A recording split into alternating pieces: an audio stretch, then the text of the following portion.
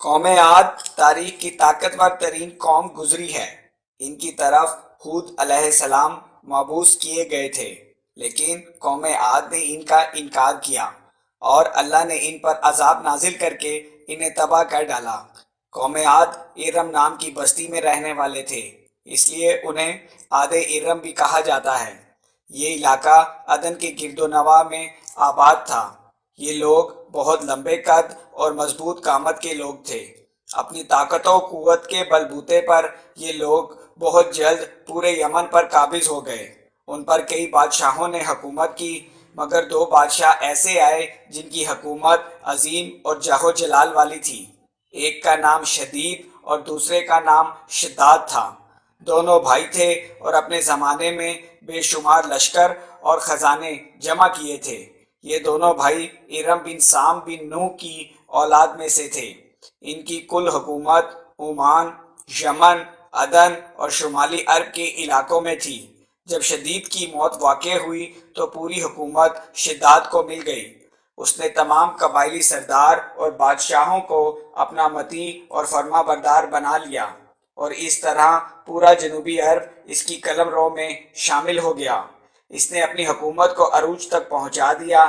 دنیا کے دیگر ممالک کے بادشاہ اس کے باش گزار ہو گئے۔ اس تسلط اور غلبے نے اسے اتنا مغرور اور متکبر بنا دیا کہ اس نے خدائی کا دعویٰ کر ڈالا۔ اس وقت علماء اور پیغمبروں کے پیروکار نے اسے سمجھایا اور عذاب الہی سے ڈرایا، مگر وہ کہنے لگا، میرے پاس اب دولت اور حکومت سب کچھ ہے، اب خدا کی عبادت کی ضرورت نہیں، اور میں اب کسی کی اطاعت نہیں کروں گا۔ شداد نے حضرت ہود علیہ السلام کی زبان سے یہ سن رکھا تھا کہ جنت کیسی ہوگی اور اس کی نعمتیں اور خوبصورتی کا کیا عالم ہوگا، اس لیے اس نے زمین پر جنت بنانے کا ارادہ کیا۔ وہ کہتا تھا، مجھے اس جنت کی ضرورت نہیں ہے جو خدا نے بنائی ہے، ایسی جنت تو میں خود دنیا میں ہی بنا لوں گا۔ لہٰذا اس نے 100 معتبر افراد کو جمع کیا اور ہر ایک کو 1000 آدمیوں پر مقرر کیا، اور پوری دنیا کے ماہرین کو عدن آنے کی دعوت دی۔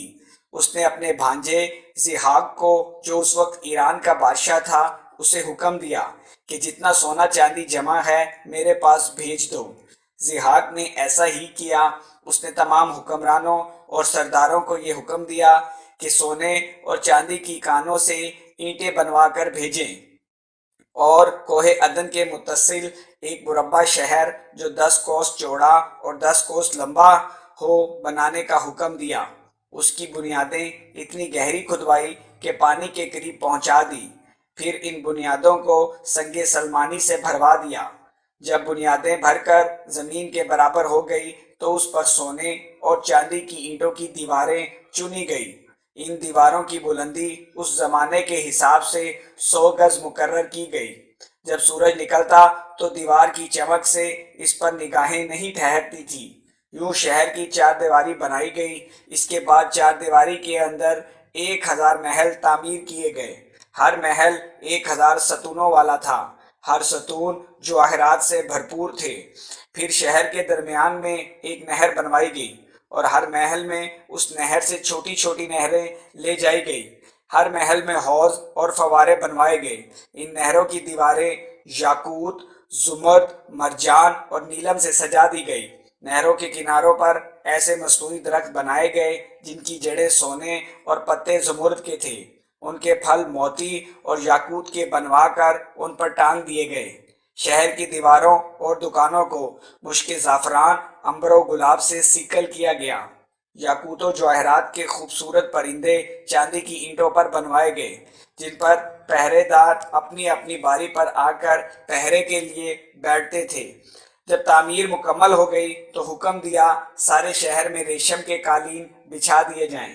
پھر نہروں میں سے کسی کے اندر میٹھا پانی، کسی میں شراب، کسی میں دودھ اور کسی میں شہد و شربت جاری کر دیا گیا۔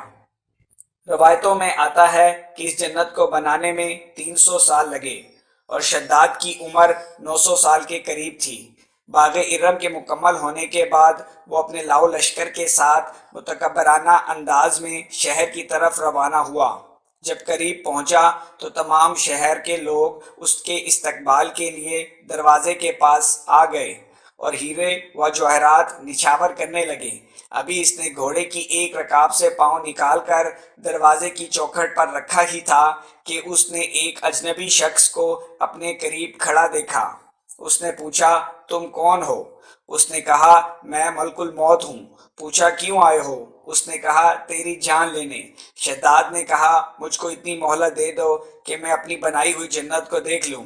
جواب ملا، مجھ کو حکم نہیں۔ کہا، چلو اس قدر ہی فرصت دے دو کہ گھوڑے پر سے اتر آؤں۔ جواب ملا، اس کی بھی اجازت نہیں۔ لہٰذا ابھی شداد کا ایک پاؤں رکاب میں اور دوسرا پاؤں چوکھٹ پر ہی تھا کہ ملک الموت نے اس کی روح قبض کر لی۔ پھر حضرت جبرائیل علیہ السلام نے زور سے ایک ہولناک چیخ ماری کہ اسی وقت تمام شہر اپنے عالی شان سجاوٹوں اور محلات کے ساتھ زمین بوس ہو گیا اور اس کا نام و نشان باقی نہ رہا۔ علماء و مورخین نے لکھا ہے کہ بادشاہ اور اس کے لشکر کے ہلاک ہو جانے کے بعد وہ شہر بھی لوگوں کی نگاہ سے اوجھل کر دیا گیا۔ آپ لوگوں کے پیار بھرے کومنٹس اور لائکس کا بہت بہت شکریہ۔